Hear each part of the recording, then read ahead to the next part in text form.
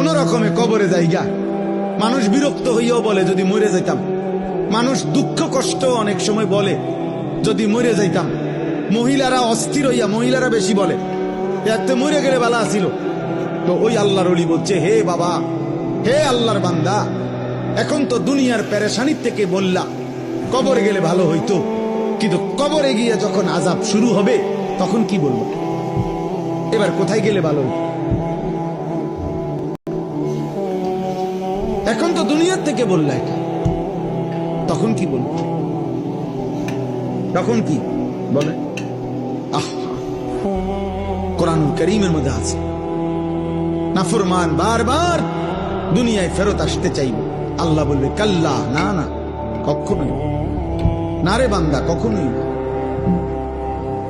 কখনোই না। এজন্য ছেলেরা, বাপ, তুমি তোমার জন্য কমপক্ষে, আমি সারাদিন এটা বলি, প্রত্যেক দিন সারা বছর চিল্লাই, আমার কথা হইল এদূর কমপক্ষে যে ভাই তুমি তোমার কথা ভাবো।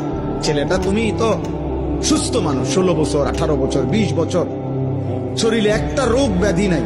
আমার কোমরে এখানে সারাক্ষণ ব্যথা করে, সারাক্ষণ, ফুল টাইম, ফুল টাইম। আমি চশমা খুলে ফেললে ছোট লেখা দেখি না।